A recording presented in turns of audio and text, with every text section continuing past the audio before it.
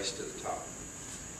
Now, I'm going to ask Robert Scott, who knows just a little bit about educating Texans, more than just a little bit, I might add. Our Commissioner of Education, Robert Scott, will share with you his ideas. Thank you, Governor. I got to say first off that I've been waiting for this day for a very long time, and that is the day that Texas educators, Jerry, I'm glad you're here with us, finally say enough is enough. We've had enough. We've had enough top-down management. We've had enough bureaucratic speak and dictating what's going on in our schools. And I have to tell you that when I first heard of Race to the Top, I was encouraged at first.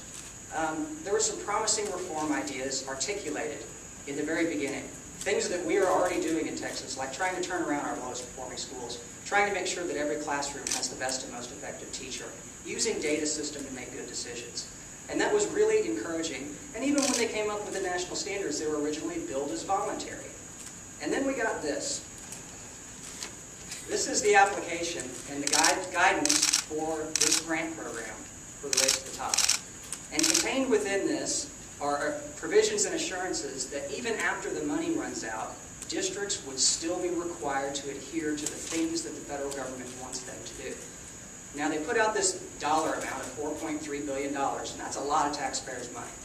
And the share that Texas would be eligible for sounds like a lot of money, up to $700 million. But when you put that in the context of a state the size of Texas, that amount of money would operate the Texas public school system for 2 days.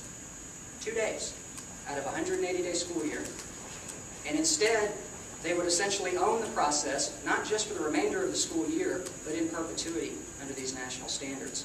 And the governor is absolutely right. Federal law prohibits many of the things they are requiring in this grant application, including, I might add, the creation of a nationwide student-identifiable database with information about every child across the country, collected and disseminated up to Washington, D.C. No Child Left Behind prohibits that. That is where they're taking this application.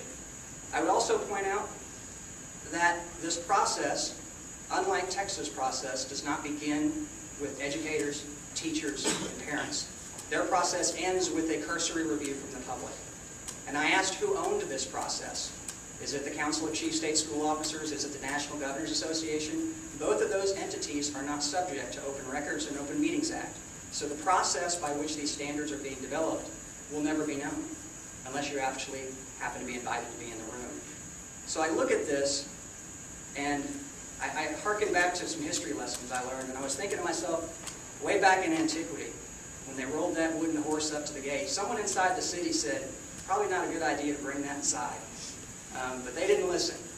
And I'm glad and proud to stand up for Governor Perry, because this grant application is essentially a Trojan horse designed for us to take the money and then hand over our control. And I want to conclude by pointing out one thing. In Austin, Texas today, the State Board of Education is having a meeting, and there are over 130 Texans signed up and testifying on our state curriculum standards as we speak right now. If this were to be adopted, their voices are gone forever. Texans would not have a say in what these standards look like from here on out. Thank you very much.